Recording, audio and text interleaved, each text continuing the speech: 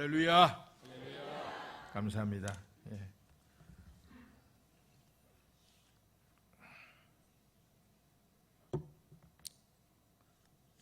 우리 전규태 목사님은 아까 말씀을 하신 대로 어린 시절을 같이 보냈습니다. 그래서 그 물레동 교회라고 하는 곳이 영등포 한쪽에 치우쳐 있는 동네인데 그래도 감리교 교육자가 여러 명 배출이 됐습니다. 제가 1호고요. 그 이후에 우리 전규태 목사님 포함해서 세 분의 감리교 목사님이 더 배출이 됐습니다. 그래서 나름 자부심을 갖고 지나고 있는데 전규태 목사님 부임하고 얼마 안 돼서 이 동네를 한번 오긴 왔었습니다. 와서 인사하고 갔었는데 이렇게 이번에 맥주 감사절을 맞이해서 또 이렇게 저를 불러주셔서 제가 오게 됐습니다. 영광으로 생각하고요. 영월중앙교회가 원래 유명한 교회 아닙니까? 역사도 깊고 소문을 많이 듣고 있는 그런 교회 중에 하나인데 이렇게 와서 여러분을 뵙게 되고 함께 말씀을 나누게 돼서 참 감사를 드립니다. 오늘 맥주절이지만 제가 감사절 설교를 아니하고 이제 감독을 지나고 또 이렇게 은퇴를 하는 그런 입장에서 보니까 우리 모두가 함께 염려되는 게 뭐냐면 우리 교회의 미래가 걱정이 되는 거예요. 여기도 보니까 연세 많으신 분들이 훨씬 더 많잖아요. 앞으로 우리 교회들이 10년 지나고 20년 지나고 30년 지나면 과연 이 땅에 교회가 몇 개나 남아있을 거고 교회는 얼마나 될까 다들 지금 걱정하고 염려하는 부분입니다. 그래서 제가 오늘은 주로 교회에 대해서 말씀을 드리고 또 교회의 중심이 되는 교육자와 성도들의 관계에 대해서 이어서 말씀을 드리려고 합니다. 조금 길어질 수 있는데 이해하시고 잘 들으시면 우리가 서로 또 앞으로 영월중앙교회를 지켜나가는 데도 많은 도움이 되지 않겠나 그런 마음을 가지고 제가 말씀을 준비했고 그렇게 말씀을 전하도록 하겠습니다. 제가 이제 마지막 끝나는 때는 제가 감리교 연수원 원장을 4년을 하고 끝났거든요. 그때 와서 어느 한 신학교 그 교수님이 강사로 오셔서 말씀하는 내용을 보니까 그런 얘기를 해요. 요즘 교회들이 너무 힘들고 교회 성장이라고 하는 그런 단어조차 쓰기 어려운 시대가 됐는데 예전에는 교회 성장학이라는 과목이 있었어요. 근데 요즘 와서 보니까 교회 건강학이라고 하는 게 더 좋지 않겠나, 그게 더 어울리지 않겠나 이런 얘기를 했어요. 그래서 성장이라는 거 다들 교회 성장을 외치는데 성장은 목표가 돼서는 안 된다는 거예요. 건강의 결과가 성장이어야 한다. 이러시면 하면 그래서 성장하기 위해서 노력하는 것이 아니고 먼저 뭐부터 되자? 건강한 교회가 되자. 그런 말입니다. 그래서 이 시대의 교회가 가져야 할 트렌드가 아닐까 그런 생각을 해봅니다. 자, 그렇다면 건강한 교회의 비결은 뭐냐? 건강한 교회의 정의를 말해라 그럴 때에 수직적으로는 하나님과의 온전한 만남입니다. 그리고 수평적으로 성도와 성도의 만남이 있어야 될 줄로 믿습니다. 교회 문제는 어디서 시작됩니까? 결국은 사람 문제잖아요. 사람 문제. 그렇죠?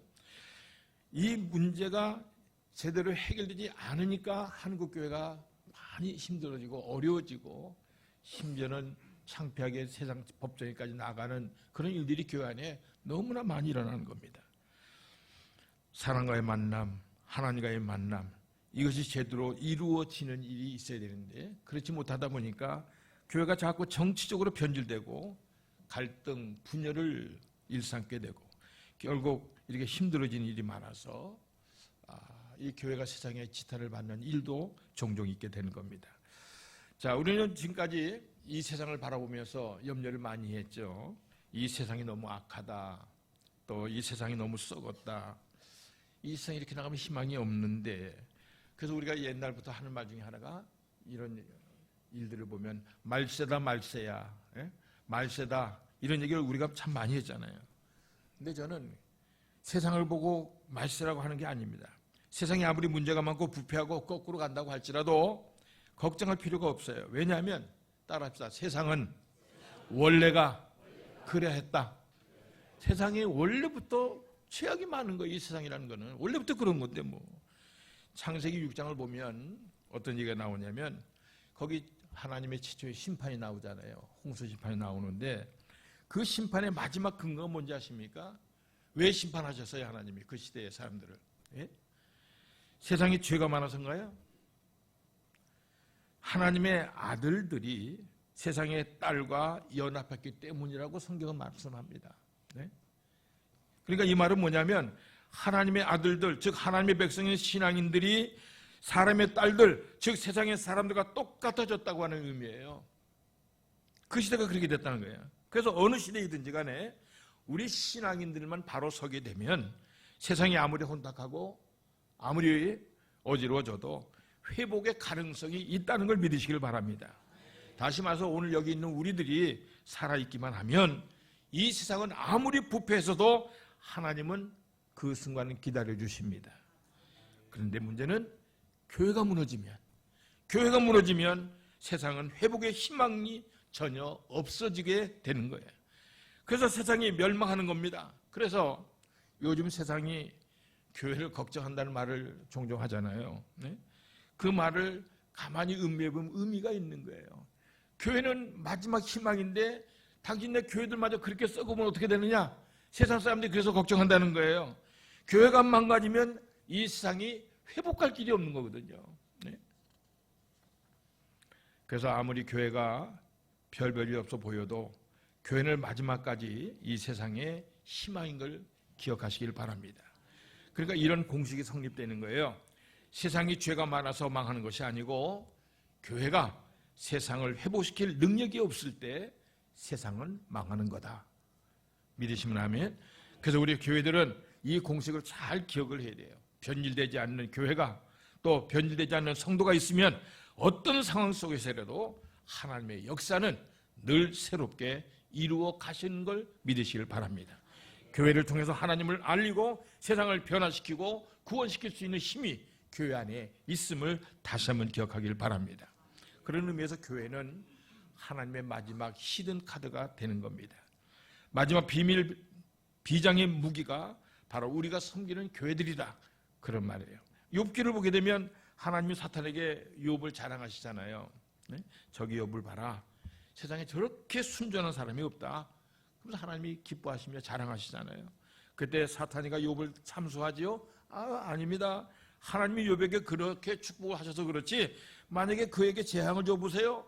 바로 하나님 욕하고 떠날걸요. 그런데 욥에게 그 엄청난 재앙이 왔잖아요. 그러나 끝까지 욥은 그의 신앙을 지키는 걸 우리가 봅니다. 그럴 때 하나님 말씀하시잖아요. 봐라, 네가 그를 송사했지만 여전히 그는 믿음을 지키고 있지 않느냐 하면서 욥을 자랑스러워하시는 하나님의 모습을 봅니다. 이런 의미에서 교회는 하나님의 마지막 자존심이다. 믿으시면 아멘. 근데 우리가 오히려 세상을 닮아간다면 하나님의 그 자존심이 깨지고 무너지고 마는 겁니다. 우리가 저와 여러분이 그래서 어떤 상황이 오더라도 신앙을 지켜내면 하나님의 자존심은 살아있는 겁니다. 곧 이 말은 하나님이 영광을 받으신다. 우리가 쓰는 그 말과 똑같은 말이 되겠죠. 그러니까 교회는 어떤 곳이냐? 예수 그리스도의 구원을 이루기 위한 이 땅 위에 세워진 유일한 영적 기관이다. 아무리 세상이 뭐라고 그래도 아무리 뭐라고 이 교회가 문제를 드러내도 교회 밖에는 구원시킬 일이 없기 때문에 교회는 마지막 하나님의 자존심이고 마지막 남은 것인 것을 우리가 분명히 깨달아야 됩니다. 자, 제가 그 디모데전서 3장 15절을 좀 올려주실까요? 디모데전서 3장 15절. 자, 같이 한번 읽어봅니다. 시작. 만일 내가 지체하면 너로 하여금 하나님의 집에서 어떻게 행하여야 할지를 알게 하려미니 이 집은 살아계신 하나님의 교회요 진리의 기둥과 터니라. 이 집은 살아계신 하나님의 교회요 진리의 기둥과 터라고 하는 말씀이 나와요. 여러분들 이 집이라고 하는 말씀을 오늘 성경에서 말씀을 하고 있는데 세상에는 집의 종류가 많은 거 아십니까? 집이라는 것이 그냥 우리 하나의 가정집만 얘기하는 게 아니에요. 그래서 우리가 집을 볼 때에 우리가 가정을 우리가 집에 간다 그러잖아요. 집에 간다, 우리 가정으로 돌아갈 때 집으로 간다, 그런 얘기를 하는데, 여러분 가정이 가정되려면 뭐가 있어야 될까요? 가정에는 뭐가 제일 필요할까요? 가정 안에 사랑이죠. 아무리 좋은 집에 살아도 그 가정에 사랑이 없으면 그 가정은 깨지고 마는 거예요. 그래서 집의 외형이 문제가 아니고 그 집안에 어떤 사랑이 있느냐에 따라서 그 집이 유지가 되는 겁니다. 요즘 왜 가정들이 왜 해체가 많이 돼요? 왜 그렇습니까? 결국 이 사랑을 잃었지 않습니까?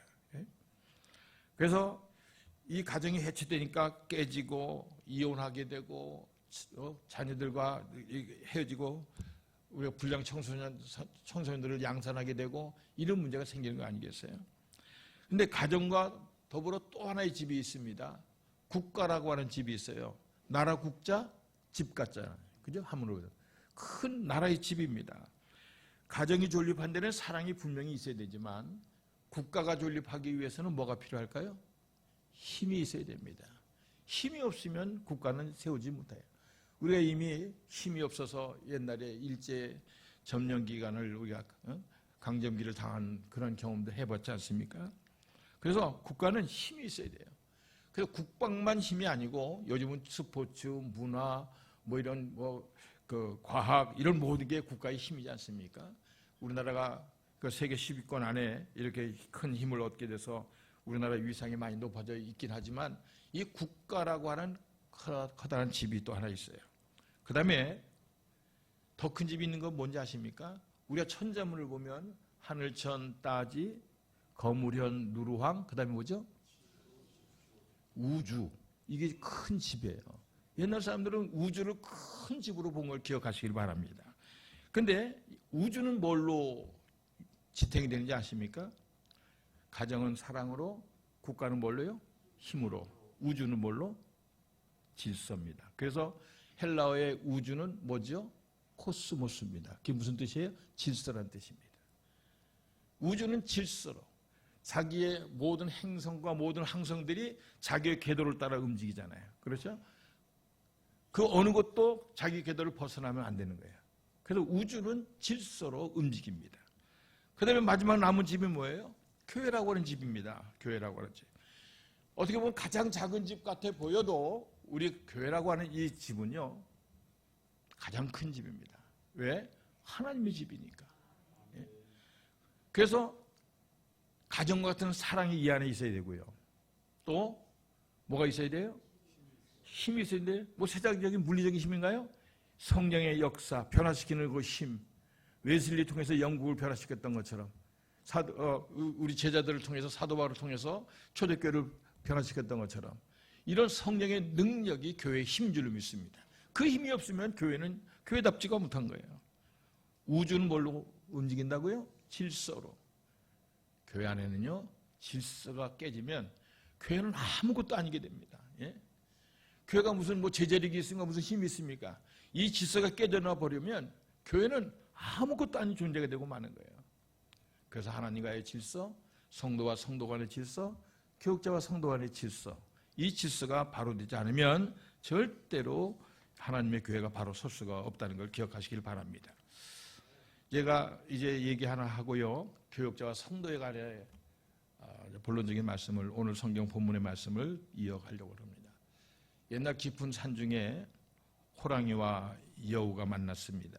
호랑이가 여우를 잡아먹으려고 덤벼들었는데 그 순간 여우가 큰 소리를 외치는 거예요. 호랑아, 너는 나를 잡아먹을 수 없다. 하나님이 나를 숲속의 왕으로 세웠기 때문이다. 나를 잡아먹으면 하늘의 뜻을 어기는 거다. 내 말이 맞는지 확인해 보려면 내가 앞장서 갈 테니까 네가 뒤따라와 보거라. 그러는 거예요. 그래서 그런가 싶어가지고 호랑이가 여우의 말을 듣고 여우를 앞서고 길을 갑니다. 근데 숲속에 있는 모든 동물들이 정말 여우를 보더니 여우 앞에 다 도망을 가는 거예요. 그래서 호랑이는 여우의 말을 믿고 여우를 살려줬다. 그 말이거든요. 이게 뭐냐면 중국 고전에 나오는 얘기입니다. 여기서 유명한 고사성어가 나오죠. 호가 호이. 내가 이거 써왔습니다. 이렇게. 호가 호이. 여우 호자, 빌릴 가자, 호랑이 호자, 위세 위자입니다. 호가 호이란 말이 여기서 나오는 거예요. 그러니까 여우가 호랑이의 위세를 빌렸다는 얘기죠.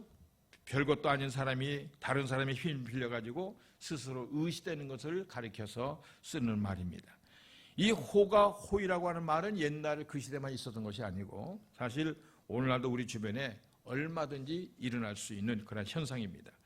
오늘 말씀의 주제가 이 교역자와 이제 성도가 이어지는데 이 교역자와 성도 간의 관계가 정말 우리 신앙생활에 얼마나 중요한지 모릅니다. 왜냐하면 교역자는 하나님과 성도 사이에 서 있기 때문에 그래요. 그런데 이 말을 오해해서는 또 안 되겠습니다.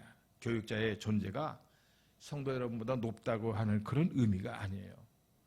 성도나 교역자는 똑같습니다. 그런데 하나님이 당신의 뜻을 성도들에게 전하기 위해서 그 은혜와 말씀의 통로로 교역자를 세웠다. 그런 뜻인 겁니다. 먼저 성도가 교역자에 대해서 가져야 할 자세가 있는데 그게 뭐냐면 하나님이 저분을 세우셔서 저분을 통하여 오늘 나에게 말씀하신다. 이렇게 믿음과 고백이 필요한 거예요. 이걸 가리켜서 뭐라고 그러냐면 카리스마적 관계라고 그럽니다. 카리스마.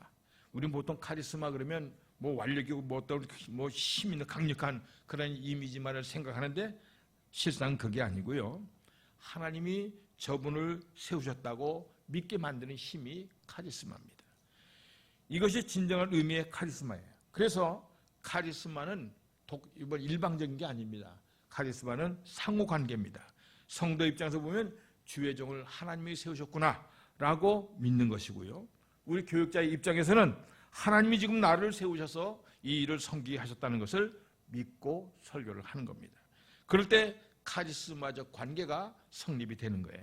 이 관계가 바로 성립이 될 때에 하나님의 말씀이 말씀으로 제대로 들려지게 되고 또 성도들의 신앙이 제대로 성장하게 되고 교회가 성숙해져 가는 겁니다.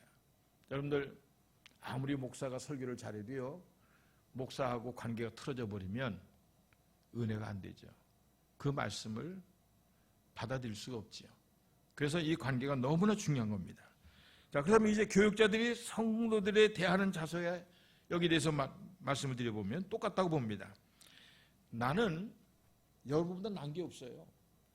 그런데 하나님이 부족한 오늘 이 시간에도 저를 통로로 세우셔서 하나님의 말씀을 전할 수 있도록 이 자리에 저를 세우셨습니다. 그러니까 나는 어떻게 하든지 이 말씀을 잘 받아서 바르게 전달해야 할 책임이 있는 거예요. 어떻게 하면 통로의 사명을 깨끗하게 잘 감당할 수 있을까 고민하고 이것 때문에 때는 몸부림쳐야 되고 수고를 해야 되는 거예요. 그런데 하나님이 주시지도 않았는데 내가 받은 것처럼 오해하고 또 하나님이 전하라고 하는 것을 제대로 전하지 못하고 엉뚱한 소리만 하고 있다고 한다면 이건 어떻게 보면 범죄입니다. 목사들은 그걸 꼭 기억을 해야 돼요. 이런 범죄를 하지 않기 위해서 몸부림쳐야 하는 것이 교육자가 가져야 할 자세인 것입니다. 사실 교회에서 일어나는 많은 문제 중에 심각하고 제일 많이 일어나는 문제가 교육자와 성도의 관계인 거 아시죠? 그렇죠? 교회들마다 왜 문제가 일어납니까? 결국은 그 불협화음에서부터 시작이 되는 겁니다. 오늘 우리가 고린도전서 16장 제일 마지막 장에 있는 말씀을 읽었는데 이 본문은요. 교육자와 성도가 어떤 관계를 가지고 살아야 하는지 여기에 대해서 우리에게 잘 설명해 주고 있습니다. 이 편지는 누가 썼다고요? 예? 고린도전서를 누가 썼어요? 바울이 썼지요. 바울이 누구에게 보낸 겁니까? 고린도 교회에 첫 번째 보낸 편지의 마지막 부분을 우리가 읽은 겁니다. 자, 바울은 지금 에베소에 있습니다. 이 고린도 교회에 문제 있는 것을 알고 그 문제를 위해서 편지를 써서 이 편지를 어떻게 전달을 할까? 그렇게 생각하다가 바울의 믿음의 아들이 누구라고요? 디모데. 디모데를 이 편지를 디모데에게 주어서 전달하도록 그렇게 생각을 한 겁니다. 디모데는 성실하고 충성된 사람이지요. 그런데 아직은 나이가 연소한 사람입니다. 그래서 고린도전서 16장까지 있는 편지를 다 쓰고 제일 마지막 말미에 디모데가 가면 이렇게 해주세요 라고 바울이 고린도 교회 성도들에게 부탁하는 장면이 오늘 마지막 읽은 그 부분입니다. 여기에서 교육자를 향한 성도의 자세를 볼 수가 있는 거예요. 간단하게 세 가지 소개합니다. 자, 10절을 한번 올려 볼까요? 10절. 자, 10절만 읽습니다. 시작. 디모데가 이르거든 너희는 조심하여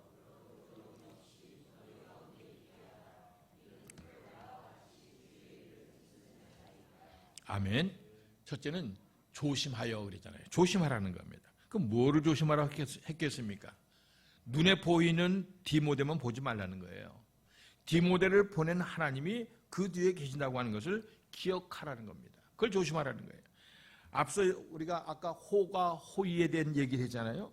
산속에 있던 동물들이 왜 피했겠어요? 여우를 보고 피했습니까? 아니잖아요. 그 뒤에 오는 호랑이를 보고 도망한 거 아니겠어요? 그 뒤에는 호랑이를 보고 도망한 건데 그렇다고 뭐 교육자를 보고 피하라 이런 의미가 아니고 보이는 교육자들도 다 보이는 사람 아닙니까? 그 사람도 봐야 되지만 그 교육자는 누가 세웠다고요? 하나님이 세우셨잖아요. 그를 보내신 하나님을 의식하라고 하는 의미의 조심인 것입니다.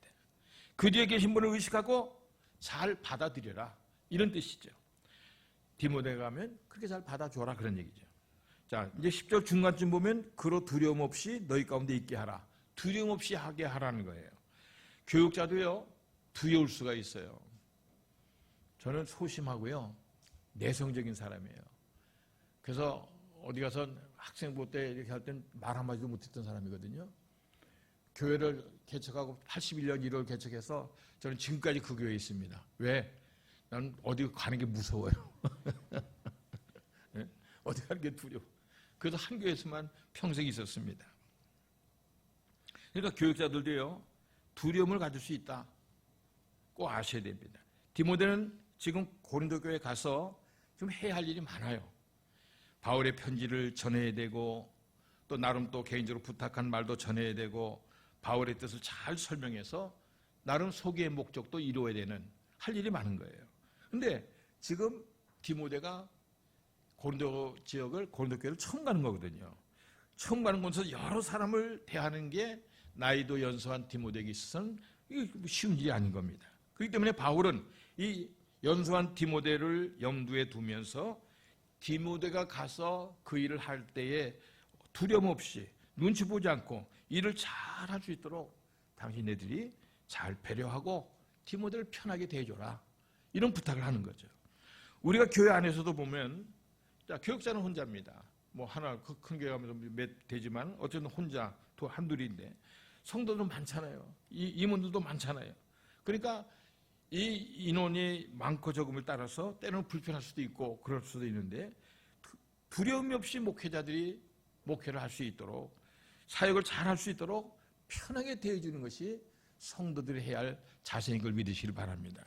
그러니까 임원들이 그걸 또 잘 주셔야 된다는 거죠. 또 하나는 11절입니다. 11절 같이 읽어봐요. 11절 시작. 그러므로 누구든지 그를 멸치하지 말고 평안히 보내요. 나는 그가 형제들과 함께 오기를 기다리노라. 세 번째는 멸시하지 말라고 그랬어요. 멸시하지 마라. 여러분 교회 안에서는요. 때로는 교육자에 대해서 나이로 누르려고 하는 그런 경향도 없지 않아 있어요. 그래서 세상 경험을 가지고 누르기도 하고 이런저런 것을 가지고 교육자를 힘들게 하고 어렵게 하는 경우가 종종 봅니다. 심지어는 젊은 교육자에게는 하대를 하는 경우도 봤어요. 제가 있는 중앙년에 어느 저 시골교회 그 장로님 한 분은 주유소를 하시는 분이에요. 그러니까 이 주유소 하시는 분이 교회는 크지 않고 그냥 이분 중심으로 해서 교회가 이루어진 건데 틈만 나면 불러요. 전사를 불러서 단임 전사를 불러서 주유하는 일을 시키는 거야. 네? 이 장로님이. 제가 있는 연에서 그런 일도 있었습니다. 네? 교육자에 대해서 최대한 이해를 갖추어 존귀히 대할 때 교회가 건강하게 든든하게 서가는 거 아닙니까? 최소한 성도들이 교육자에 대해서 조심하고 지금 얘기한 대로 두려움 없이 일하게 하고 멸시하는 그런 무례함을 범치 않으면 교회는 건강하게 편안하게 가게 될 줄로 믿습니다. 그다음에 이제 결론적인 얘기는요. 이제 교육자가 성도들에 대해서 해야 할 자세도 있습니다. 우리 목사들도 조심해야 될 게 있습니다. 12절을 읽어봅니다. 12절 시작. 형제 아볼로에 대하여는 그에게 형제들과 함께 너에게 가라고 내가 많이 권하였으되 지금은 갈 뜻이 전혀 없으나 기회가 있으면 가리라. 아멘. 여러분들 지금 아볼로는요 고린도 교회의 담임 목사입니다. 지금 직책이. 근데 지금은 고린도 교회에 있지를 않는 거예요. 어디 와 있냐면 지금 바울과 함께 고린도 어디에 에베소에 있는 거예요. 그러니까 문제는 고린도 교회가 어떤 문제가 생겼다고 그러죠? 계파가 생겼잖아요. 고린도 교회가 제일 싸움의 중심은 그거거든요. 나는 바울파다, 나는 아볼로파다, 나는 게바파다. 그러니까 나는 이도저도 싶고 나는 예수파다. 뭐 이런 파가 막 생겼어요. 파당이 생겨나다 보니까 아볼로가 수습하기가 너무 힘든 거예요. 그래서 지금 아볼로는 어디에 와 있어요? 바울에게 와 있는 거예요. 에베소에 와 있는 거예요. 교인들은 파당을 짓고 싸우고 있지만 그 파당의 이름의 중심이 되는 두 사람은 친하게 잘 지내고 있는 거죠. 예? 아볼로파와 바울파가 교회에서 막 싸우잖아요. 근데 이 두 사람은 너무나 친한 거야. 시상은요. 예? 어쨌든 바울은 편지를 보내면서 아볼로에게 이제 어느 정도 교회가 수비됐지 않냐. 그러니 교회로 돌아가서 마무리를 잘 해야지. 이렇게 권면을 바울은 했습니다. 근데 아볼로는 기회가 되면 돌아가겠지만 지금은 아닙니다. 그리고 거부한 거예요. 아볼로가 지금은 못 가겠다는 거예요. 자, 여기서 아볼로가 교회로 돌아가지 않으려고 하는 그 중심에는 어떤 마음이었을까요? 예?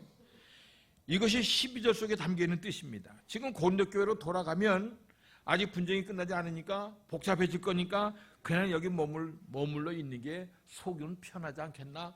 그래서 자기 교회로 돌아가지 않는 걸까요? 아볼로의 마음은 그것이 아닙니다. 지금 고린도 교회 안에는 여러 갈래로 갈라져 있는 성도들의 분파가 공식적으로 4개 분파가 됐는데 그 중에 가장 큰 세력이 어느 분파일까요? 기본적으로 생각할 때 아볼로파겠죠. 왜? 아볼로는 현재 담임 목사라고 하는 기득권이 있잖아요. 그렇죠? 그러니까 아볼로파가 담임 목사는 프레임 때문에 아마 그 파가 가장 득세할 거예요. 상식적으로 생각하면 지금 자기를 지지하는 사람이 가장 많은 거예요. 그 현장으로 가서 자기 지지파로 하여금 다른 파를 눌러가지고 자기 위치를 견고하게 하는 것이 세상적인 판단으로 볼 때는 그게 유리할 거 아닙니까? 그런데 인간적으로 생각하면 이 기회를 놓치지 말고 빨리 가는 게 좋은데 근데 왜 아볼로는 안 간다고 그랬을까요? 왜 거부를 했을까요? 왜 주저하고 있을까요? 이 아볼로 목사님의 깊은 생각이 있습니다. 아볼로는 자기 이름으로 파가 생길 것 자체가 싫은 사람이에요. 아볼로파라고 하는 그 파가 있어서는 안 된다고 생각을 하는 겁니다. 내 파부터 없어져야겠다고 생각하는 거예요. 다시 말해서 자기의 사람들을 만들지 아니하고 고린도교회 성도들이 오직 하나님의 백성으로 그리스도의 신실한 제자로 살아가기를 원하는 그런 갈망이 그에게 있었어요. 나하고 친한 사람이 많아지는 것이 중요한 것이 아니라 하나님을 바로 알고 하나님의 바로 서는 그런 성도들이 많아지기를 바라는 그런 마음이 아볼로 목회자의 마음이었던 겁니다. 성도들을 하나님 앞에 바로 세우려고 하는 하나님만 바라보며 일하는 이 자세가 그래서 교육자가 꼭 가져야 할 그런 자세입니다. 저도 이렇게 많은 교회를 돌아보다 보니까 때로는 목회자들이 그런 실수하는 경우도 있거든요. 자꾸 자기 사람을 세우려고 이런 것도 있어요. 저는 목회를 하면서 또 감독을 지나면서 느낀 게 뭐냐면 이 후배 목회자들 가운데 아주 그렇게 용기가 자신감이 넘치는 이런 분들도 종종 제가 만나보는데 근데 이게 자신감이 넘치는 분들이 곧잘 성들하고 이게 신경전을 벌이고 좀 다툼이 생기는 걸 봅니다. 나는 주의 종이다라고 하는 이 자부심, 그 자부심은 좋은데 이것이 지나쳐가지고 성도들과 불협화음을 내는 그런 경우가 생기는 거예요. 심지어 제가 아는 어느 여주 쪽에 있는 어느 교회 목사님은 얼마나 이 성격이 강한지요. 임원회 하다가 반대하잖아요. 이거 아닙니다. 뭐 그러면 그냥 그 자리에서 제명을. 당신 이제 집사 아니야. 당신 뭐 권사 아니야. 그 자리에서 이런 사람들. 그래가지고 어느 부턴가 거기 성도 대여섯 명이 수예배나 주일 예배, 오후 예배 이렇게 끝날 때쯤 보면 그분들이 우리 교회 와서 데모를 하는 거예요. 우리 목사님 보내줘요. 다른 교회 보내줘요. 그러면서 데모를 하는 그런 경우도 봤어요. 여러분들, 우리가 분명히 알아야 될 것은요, 교육자들이 잘나서 목사 대접받고 또 나름대로 그런 위함을 받는 이런 생각을 버려야 됩니다. 젊은 교육자인 경우에 대부분의 성들, 전사들 20대도 있고 30대 초반 다 있잖아요. 그럼 그런 분들이 교회 배정에서 가면은 거기다가 그 교육자보다 나이가 많으신 분들 아니에요, 성도들이. 그러니까 나이도 더 많고, 지금도 보면 우리 정기도 목사님 계시지만은 연세가 중간쯤 됩니까, 목사님? 여기? 네? 중간쯤도 안 되는 것 같은데, 내가 연세가 훨씬 많으신 분들 많잖아요. 네? 그러니까 나이 갖고 누르려고 하는 그런 경우도 있고. 네? 그리고 또 성도들 가운데는요, 솔직히 말하면 목사보다 믿음 좋은 성도들이 많습니다. 저는 그렇게 믿어요. 목사보다 성도들 가운데 믿음 좋은 분이 더 많아요. 또 어떤 분은 경력도 더 화려한 사람도 있어요. 성도들 가운데는 목사보다. 또 더 좋은 학교를 나오신 분도 계시잖아요. 예? 학력도 더 좋고. 머리가 더 뛰어난 성도님도 계십니다. 그러니까 교회 안에는 목사보다 더 개인적으로 따져보면 훨씬 훌륭한 분들이 많은 분들이 있어요. 우리 교육자들은 그래서 이 자리에 서는 것이 하나님의 은혜로 서는 거죠. 예? 하나님의 은혜로.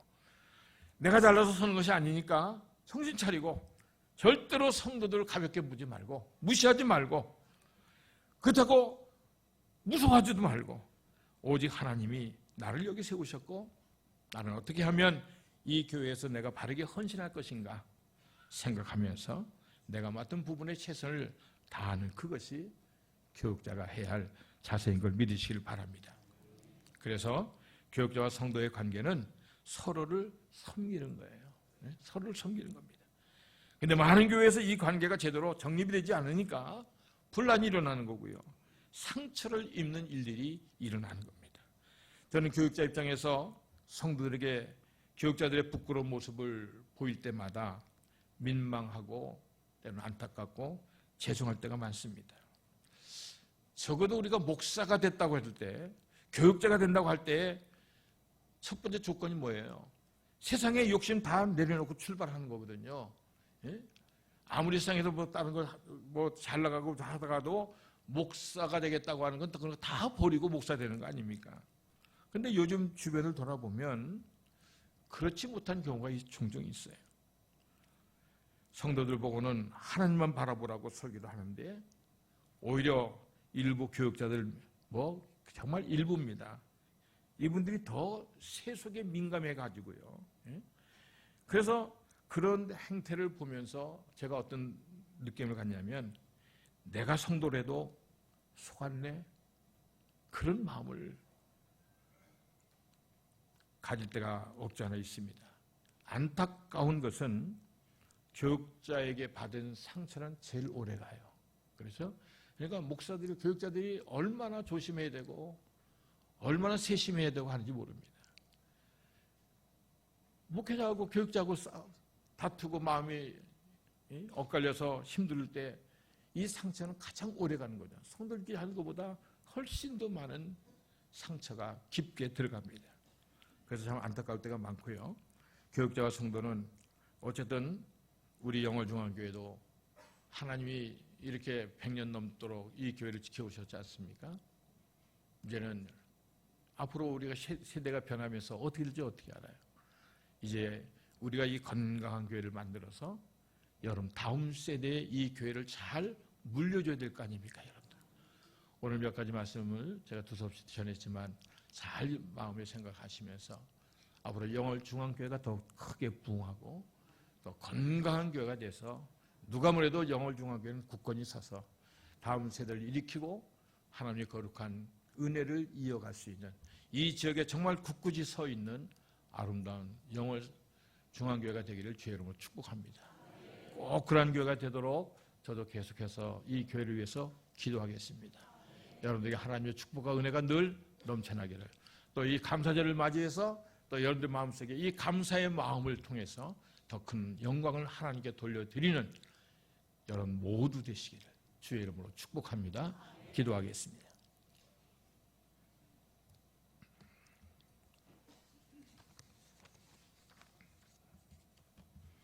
살아계신 아버지 하나님, 교육자와 성도는 신앙으로 맺어진 영적 관계입니다. 서로 안에서 인간적인 관계로 붙들리지 아니하고 카리스마적 관계로 묶여지게 하시고, 혹이나 지금까지 우리가 신앙생활을 해오면서 교육자로 인해 상처 입은 성도는 없습니까? 또한 성도들 피창 안에 받은 상처 때문에 힘들어하는 사람들은 없습니까? 이 모든 상처 주님께서 치료해 주시고, 이제 우리 남은 우리의 신앙의 여정 가운데서 각자의 자기 위치를 잘 지켜서 우리 영월 중앙교회를 굳건히 반석 위에 세워나가게 하시고, 건강하게 다음 세대에 이 교회를 물려줄 수 있는 오늘 지금의 영월 중앙교회가 될 수 있도록 인도해 주시옵소서. 특별히 오늘 감사절을 보내고 있습니다. 지난 날 돌아보면 감사하지 않을 게 뭐가 있겠습니까? 늘 감사하는 마음을 갖게 하시고, 감사하는 동안에 더 많은 감사가 터져나올 줄로 믿습니다. 감사는 감사를 또 불러올 줄 믿습니다. 앞으로도 영월 중앙교회를 통해서 하나님 많은 영광을 받으시고, 이 교회를 통해서 큰 감사의 역사가 날마다 더해가기를 간절히 원합니다. 또 특별히 교회를 담임하고 목회하는 우리 전 목사님 기억하시고, 하나님께서 그를 여기에 세우셨사오니 오늘 성경 주신 말씀대로 나름대로의 자부심도 가지면서, 그러나 성도를 정말 사랑하면서 아름다운 목회를 잘 이어갈 수 있는 하나님의 귀한 종이 될 수 있도록 도와주시옵소서. 성도들 또한 또 하나님 보내신 사자로 또 믿고 의지하고 저를 잘 또한 나름대로 섬기며 피창 안에 받들어서 하나님이 기뻐하는 교회를 만들어가며 조금 더 부족함이 없도록 인도하여 주옵소서. 감사하며 예수님의 이름으로 기도하옵나이다. 아멘.